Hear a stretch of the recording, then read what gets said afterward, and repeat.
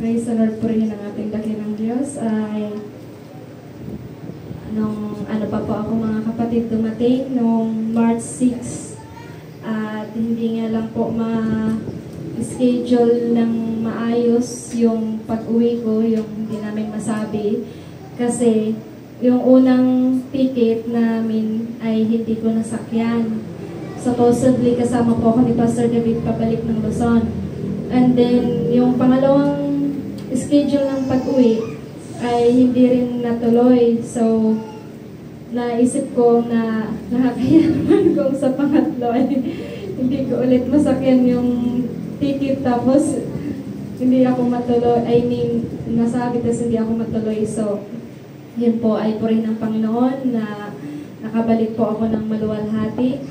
And mula po nung ako ay nabaptize,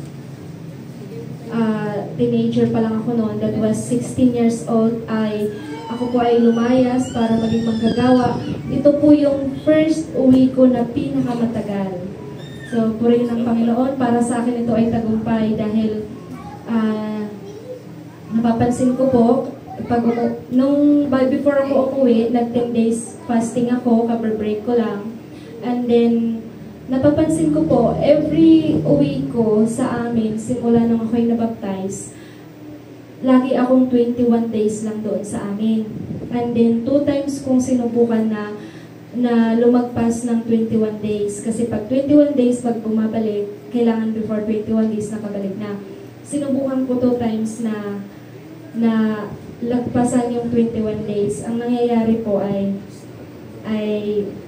na parang nakakat off yung blessing ng Panginoon sa pamilya ko. And then ngayon ay sinubukan ko sagad-sagad. So talagang naano ko na hindi po pala talaga ako para doon na magtagal. Kasi pati sila na ganon, hindi naman nila alam. Although ako nararamdaman ko yon, nalalaman ko yon. Kaya ako na po yung sabi ko, bumabalik. Sabi ko, Panginoon talagang ay ang kaluwalhatian ng Panginoon sa akin siguro ay hindi po doon.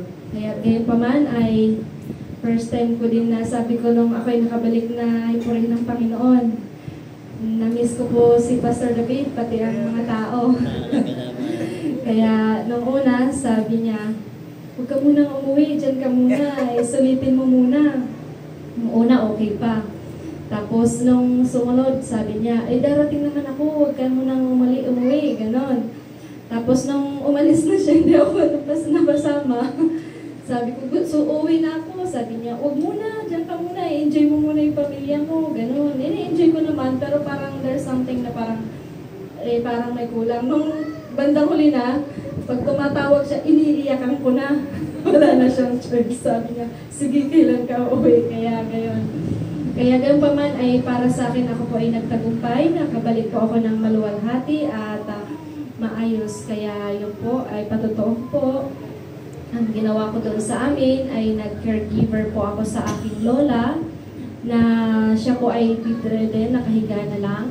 And ang prayer ko po noon ay sana pag uwi ko, madatnan ko siya na malakas pa, malusog. Dahil parang mahirap po para sa akin na uuwi ka na patay na or may sakit. Lalo na yung side ng nanay ko, both lola and lolo, namatay sila sa shoulder ko.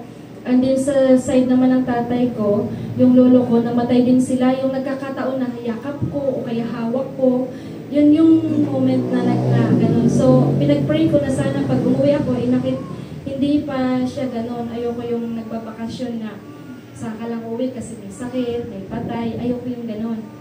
Kaya po rin ng Panginoon, naabot ko yung birthday niya.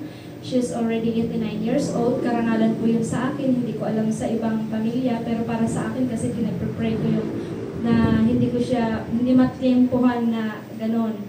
Kaya yun. And kasabay nun ay nanganak din po yung anak ng yung sister-in-law ko, nanganak siya, baby po. So, nagbantay din po ako doon. Kaya ang naranasan ko, ako'y naglinis ng diaper ng matanda at saka ng bata. Kaya, puri ng Panginoon, naranasan ko yun, church experience sa sarili ko.